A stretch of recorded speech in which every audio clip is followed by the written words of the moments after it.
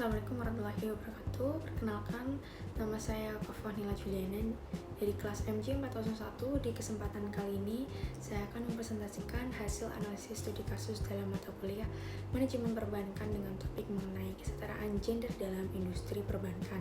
Sebagai pembuka, terdapat satu fakta yang cukup menarik terkait tinggi jumlah karyawan perempuan dalam sebuah industri perbankan yang menunjukkan adanya kesetaraan gender atau justru akan terdapat persoalan struktural dan budaya yang perlu diperhatikan. Nah, ini kita simak dari studi kasus dengan data 56% karyawan Citi Indonesia adalah perempuan dan mereka tersebar di berbagai level serta peran dalam organisasi. Angka tersebut menunjukkan bahwa secara kuantitatif keterlibatan perempuan dalam organisasi perbankan cukup tinggi. Selain itu, data Bank Dunia tahun 2021 dicantumkan dari 54% perempuan usia produktif di Indonesia bekerja. Artinya perempuan sebenarnya sudah mempunyai kontribusi yang cukup besar dalam dunia kerja. Selanjutnya, terdapat permasalahan menjadi perhatian, yaitu yang pertama, bias gender dalam proses rekrutmen dan promosi. Standar meritokrasi dapat dipengaruhi oleh asumsi atau stereotip mengenai peran laki-laki dan perempuan. Misalnya, masih terdapat anggapan bahwa perempuan kurang agresif dalam pengambilan keputusan bisnis atau kurang sesuai untuk posisi tertentu yang dianggap membutuhkan mobilitas dan tekanan kerja tinggi. Permasalahan kedua yaitu kurangnya mentor perempuan di level senior. Ketika jumlah perempuan pada posisi senior masih terbatas, kesempatan bagi perempuan yang berada pada level junior untuk mendapatkan mentoring dan role model juga dapat menjadi lebih kecil. Kemudian persoalan stereotip gender dan mikroagresi di tempat kerja.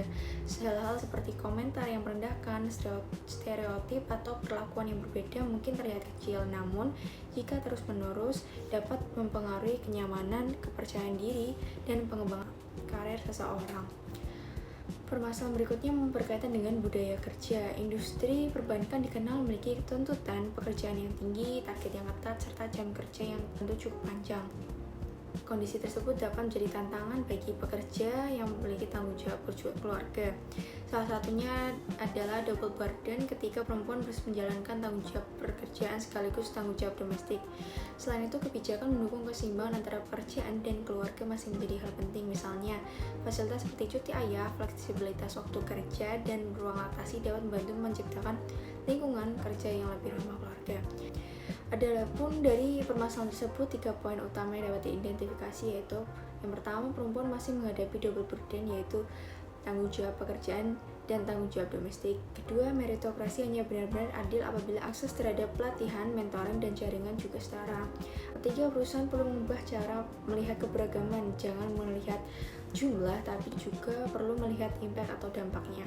Data dicantumkan dalam presentasi juga menunjukkan bahwa sekitar 18% posisi direksi bank di Indonesia dijabat oleh perempuan.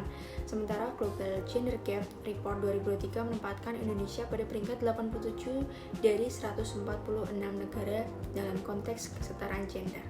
Data tersebut menunjukkan bahwa masih terdapat kesenjangan antara tingginya partisipasi perempuan sebagai pekerja dengan keterwakilan perempuan di posisi kepemimpinan. Berdasarkan permasalahan tersebut, menurut saya representasi dari 56% perempuan merupakan sebuah capaian baik, tapi belum dapat dianggap sebagai bukti kesetaraan yang sudah tercapai sepenuhnya. Untuk mengatasi permasalahan tersebut, solusi pertama yang diterapkan adalah membangun budaya kerja inklusif, yaitu dengan menyediakan saluran pengaduan anonim yang memungkinkan karyawan melaporkan diskriminasi, pelecehan, maupun mikroagresi tanpa takut adanya tekanan.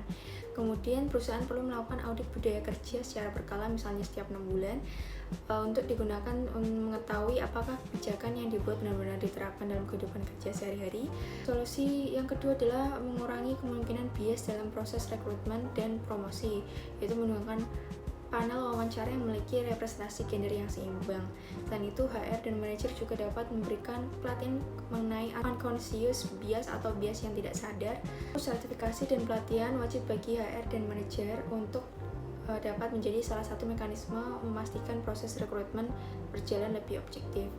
Solusi berikutnya menerapkan kebijakan yang lebih ramah keluarga seperti usulan cuti ayah selama 2 bulan, flexible working hour, dan penyediaan ruang laktasi.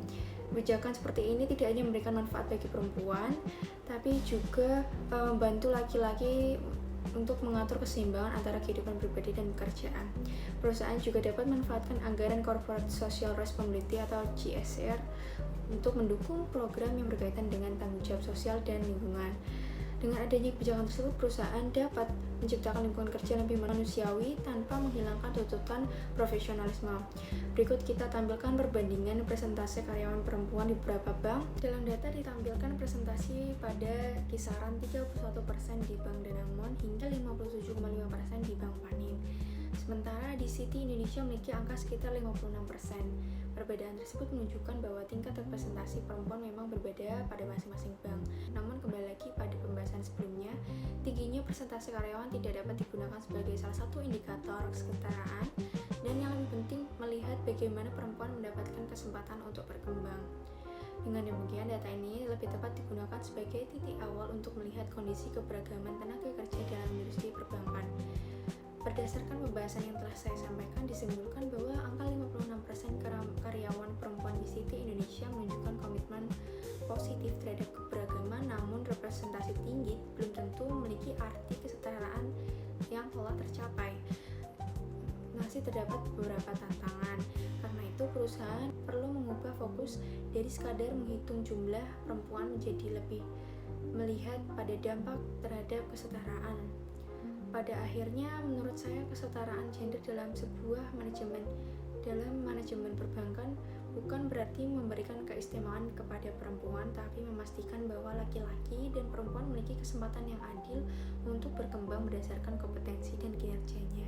Jika prinsip tersebut dapat diterapkan secara konsisten, keberagaman tidak hanya menjadi angka dalam laporan perusahaan, tapi dapat memberikan dampak nyata terhadap kualitas organisasi dan kinerja industri perbankan.